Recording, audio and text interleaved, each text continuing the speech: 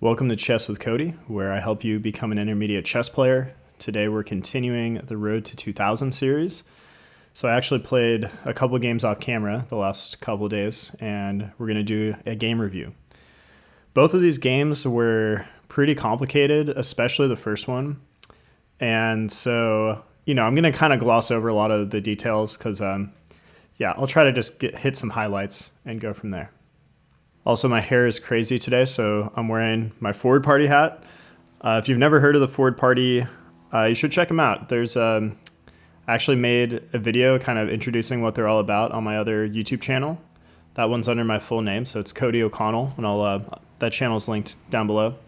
Basically, it's kind of like about voting reform and unity and pragmatism. It's like a positive movement in American politics, which can be hard to come by these days. So if you're curious and you like my videos, you should check out my videos on that topic as well. But today we're here to play chess, so let's do that. So first game, our opponent is about 1675. We left off the journey at about 1650 ourselves. Let's hop into it. So already the first move of the game, I'm kind of thrown off. So this is known as the English. And I know that you can kind of think of it as like a reverse Sicilian defense. So that's what I decided to play. You could also like mirror and like fianchetto and do stuff like this. So if anyone knows or has any good resources on how to actually play against the English, comment down below. So yeah, these are basic central opening moves. Once white goes e4, they've created a permanent weakness on d4 because if I can someday, for instance, plant a knight onto d4, it can never be kicked by a pawn, right? Because both of these pawns have already advanced, so they can never like kick something away. So that's why I didn't opt to mirror here. You could do that, but I decided not to, so that if this knight ever comes in, I can just kick it away with c6.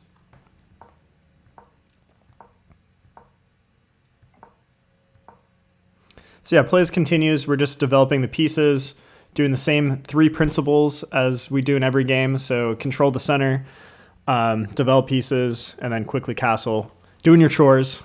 So things are going to plan.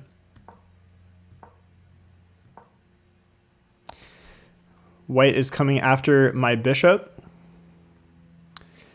And, I debated moving it or not, and I decided instead to just castle and let them take, because when I recapture, then I'm going to have permanent pressure on this d3 pawn. So this pawn becomes a permanent target.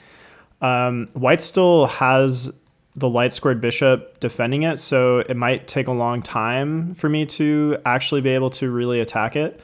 For instance, if I go knight here, they can just chase me away. But long term, I might be able to do some maneuvers like this and then get some rooks on this file. And I felt like I might have some good pressure here.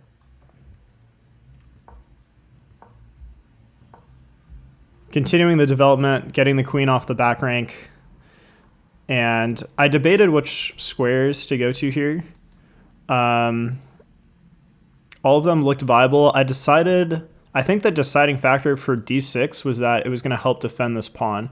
So this is a concept known as overprotection, where for now my knight was defending the pawn. So prior to this move, white is threatening to take, but our knight defends. However, because our knight is the only thing defending this pawn, the knight is tied down to doing that. Once you go queen d6, now our position is more flexible because the knight could move away, or the queen could move away when the situation calls for it. So here I'm continuing my plan, trying to get pressure down this file. And here, it's kind of hard to figure out how to play and make progress. So I decided I want to get this knight out of the way and then play f5 and try to open the f file, and maybe I can do something with that. White played very aggressively here with g4. And generally, this move is considered like an overreach in most positions. So I tried to immediately undermine it with h5, which the computer doesn't love. There's no hurry, I guess, to undermine this pawn, but this did kind of shut down my plan, right? Because I wanted to play f5 and open the f file for my rook. So I decided to play h5, and if they take, then my bishop's going to come in, and my position is looking really good. They instead decided to move the bishop in. And I wasn't really sure what else to do here other than block. It's kind of, I didn't love playing this move because this is further weakening the squares around my king. But at the same time, this bishop was being super annoying. And like, I mean, you could go like rook here, but I don't know, it just felt really passive. So I decided to play f6. I think there was one other reason I played f6 that I can't remember, but yeah. Okay, play continues. And here was my first, what I would consider my first real mistake of the game. And I realized it right away. Because what happens now is I enabled white to take this pawn. And oh, sorry, let me back up a step. So part of the reason I went rook to f7 was my position's very cramped. It's very hard to figure out how to mobilize here. And so I wanted to someday get this knight onto f4. That's kind of a more advanced idea to like reroute your knight to a good square. And actually the book I'm reading right now on Kindle is Reassess Your Chess by Jeremy Silman. And he talks a lot about, in the early chapters, about getting your knights onto strong outposts. So maybe some of you were thinking like, Cody, why haven't you put your knight on like the super good square yet? Like it's calling its name. The reason I didn't do it yet was because the bishop or the knight could have taken me, and I'm waiting to occupy this square at like the key moment where the knight cannot be, or where the knight is unassailable, as they say. So that moment hasn't come yet in the game, and that's why I've been waiting. So in the meantime, I'm trying to figure out how to mobilize my other pieces. And I figured let's go rook here because number one, we might be able to stack the rooks later on. Number two, I want to reroute this knight. And yeah, prior to this, white can't take because we're going to infiltrate. But after king g2, now they are threatening to take. And I should have taken here because after they recapture, my knight can no longer move out. So this was kind of my first sort of blunder, and I realized it right after I played the knight move. I was like, oh, no, wait, that was the moment I needed to capture. So from here forward, I felt it was a little difficult, or the game was more difficult than I anticipated. Play continues. Continuing with our plan, trying to open the f-file. And if white does nothing, we can push and shut down this bishop forever, maybe even push again at some moment. So white, I think definitely should take, or yeah, f4 also to just prevent the further push makes sense.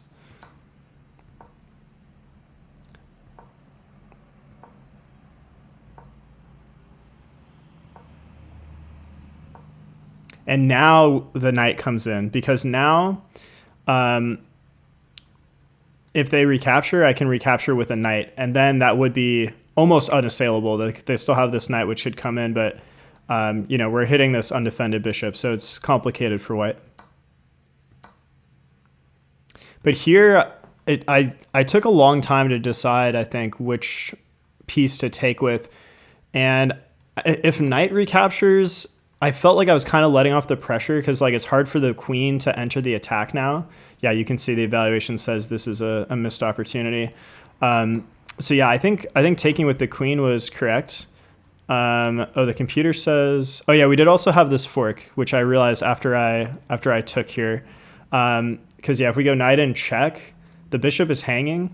So, I mean, can they even defend it? Probably not. Let's see. E takes.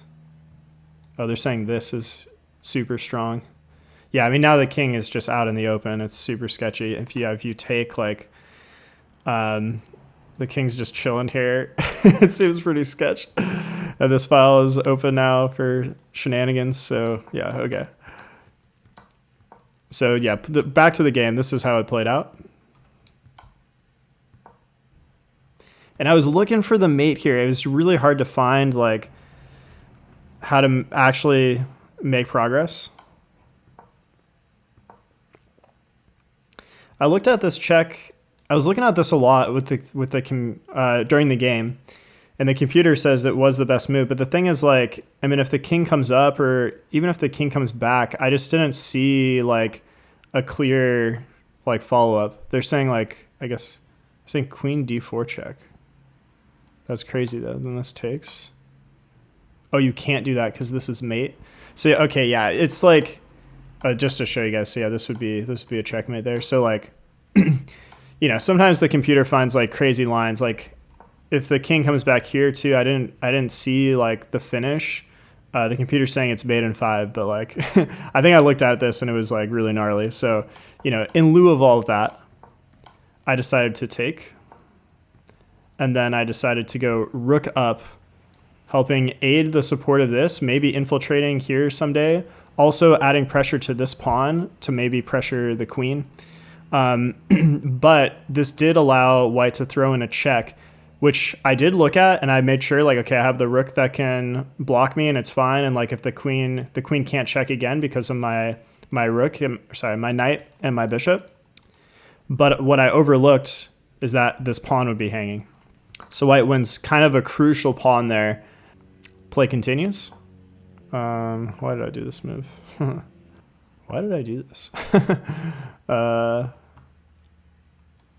If takes.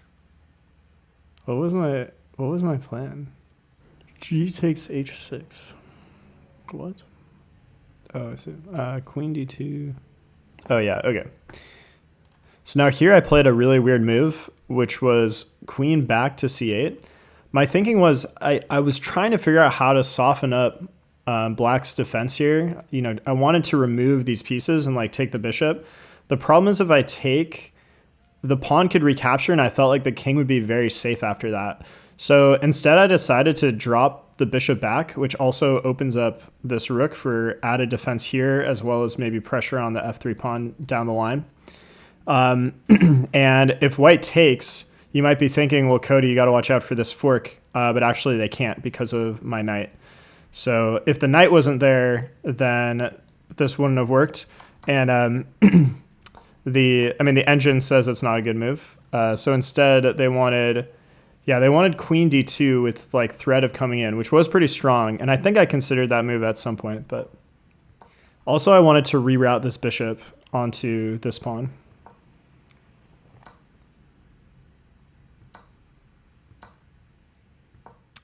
Now white played a really strong move here with h6.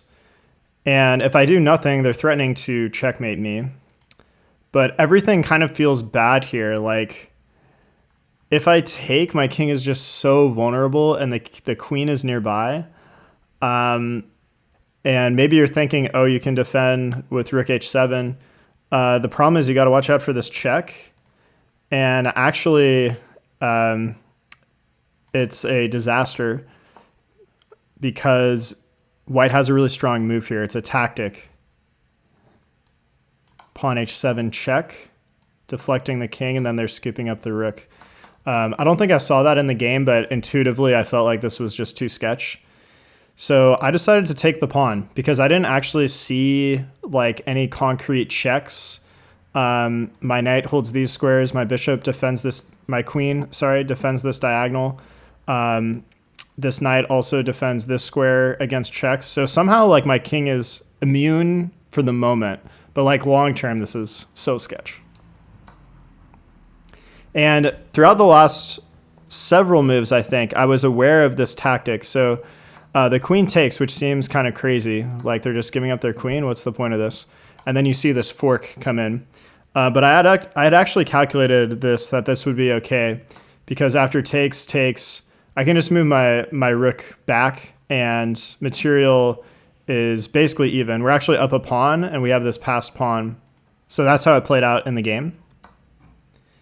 And I guess we're not up a pawn anymore after they take that one. But this was maybe not such a good grab by them. And the reason is this pawn is pretty close to promotion.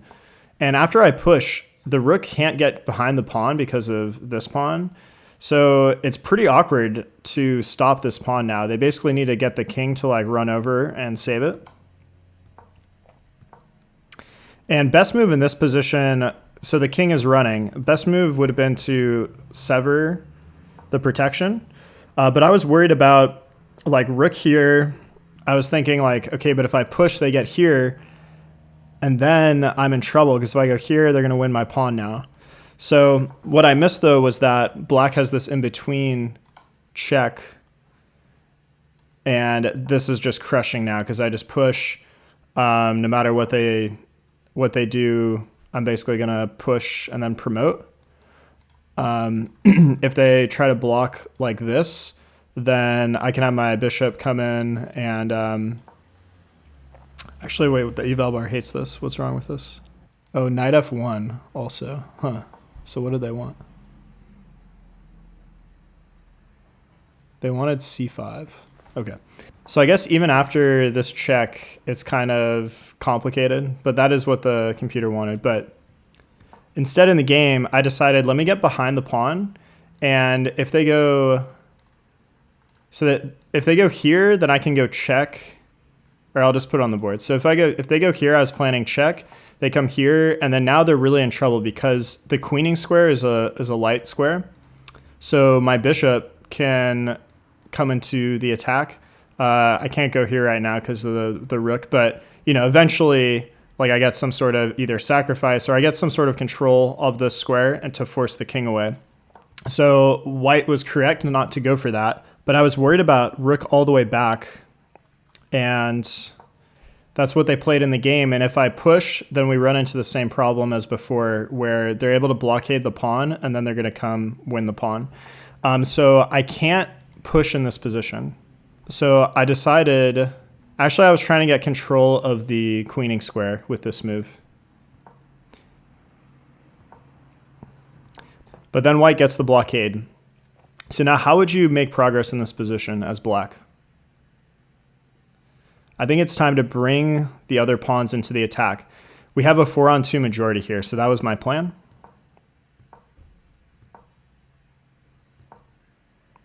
Here I decided to maybe try and pressure this pawn, but I think this was a mistake in retrospect. I think I should have just kept doing my own plan over here. Just because I think it was wasted time. It was less efficient.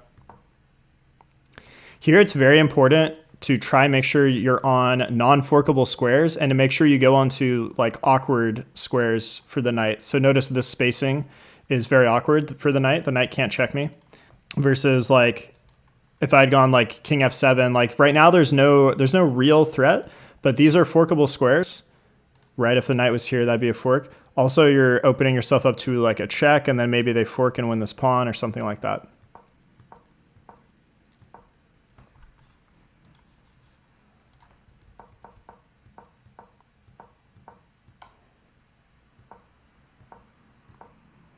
Here, I learned from a previous game in the series that I felt it was very important to blockade this pawn farther up the board so that white's rook could never like infiltrate. And also this helps defend my pawns in the back.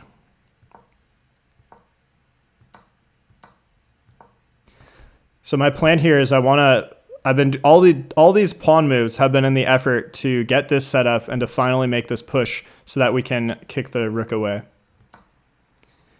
But here, white just gave me a free pawn.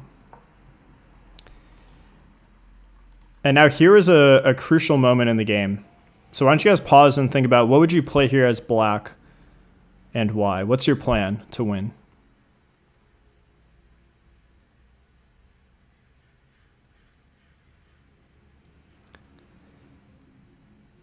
All right, so let's first look at what move it's not. So it's actually not pawn to c3, if this was what you were thinking. We'll take a look at some of the lines here. So the first thing, it seems like, well, maybe white can just take the rook, but actually that doesn't work for white because after we capture, we basically have too strong of a promotion threat. So like the knight can block, but we're going to force them to sacrifice, and this is an easy win.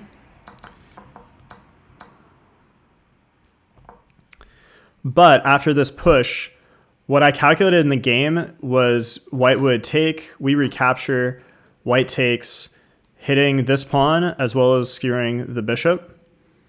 And maybe we can push and promote though, but then I realized that white would have this move getting behind the pawn and preventing the promotion. So I ruled this out in the game for that reason. But actually the play continues from here. So white still has some tricks that I'm going to show you guys now just for demonstration because it's kind of crazy. So you can look for a second. So black starts it off with rook to h1, threatening to promote this pawn. And how is white now going to stop this threat? So the computer found knight e5 check.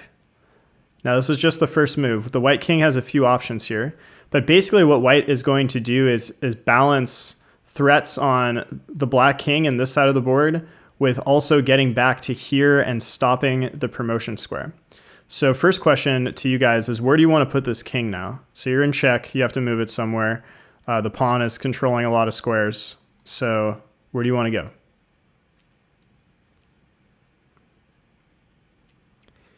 If you said king to e8, I have very sad news for you.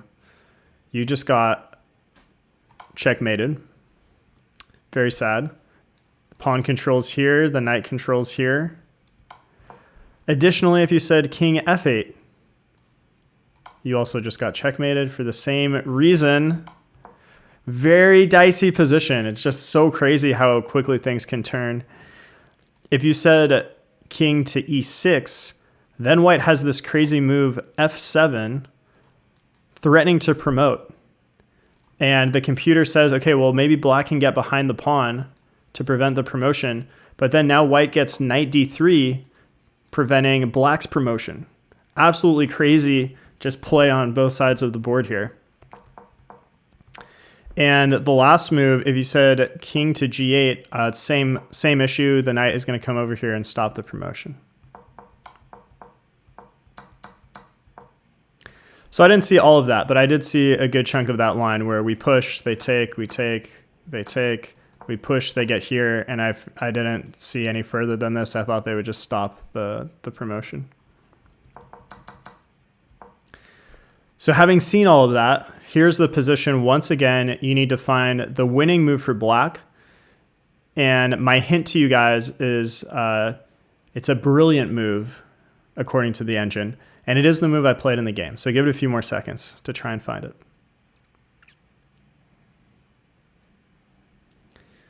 So the move was rook takes knight. Because I calculated after king takes that, I don't know if we can play this right now, but I calculated bishop c2 to first defend this pawn. Then we push, and then we'll see some complications in a second, but that was my plan. And I just calculated that was going to be winning. We would be able to make a pass pawn, and we should have a calculated win from here. I didn't calculate it 100%. You know, I had 30 seconds or however, a minute on the clock whenever I was thinking about this. But I got like pretty far. In the game, I only had 30 seconds on my clock. So that was another factor, that the time crunch was real at this point. And I was debating, okay, do I push now? Or sorry, do I do this bishop move now, then push? Or do I make sure I just get rid of this pawn first? Because I was a little worried, like if the king comes in and then like rook comes in, you know, they have this strong pawn. So I decided to take the pawn, which apparently was inaccurate and leads to a draw. But play continues. And now in this position, if you push, they can take and then take. And the issue is they're able to get behind your pawn. So you can't promote.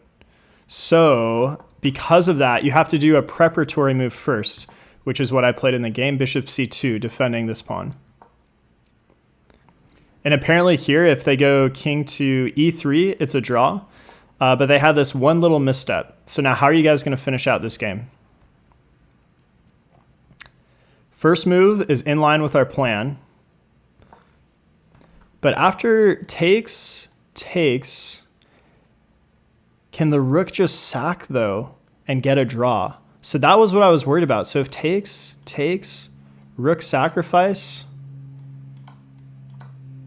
and you try to push, and the game's a draw. So you need to find a way around that. How are we going to win this position?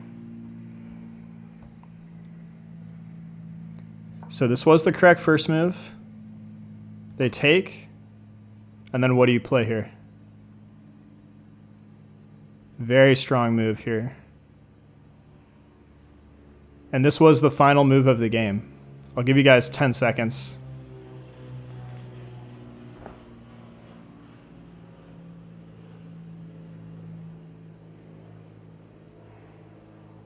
So you had to find a pawn to b3.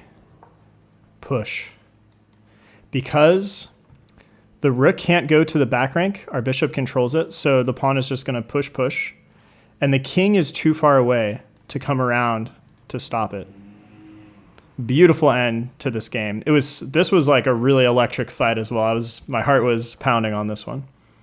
Now let's take a look at the second game, which I played on a different day. I'm going to chop the video right here, guys. Thank you so much for watching. I really appreciate it. I love making these videos. And if you want to catch the next episode, I will see you there. Thanks a lot.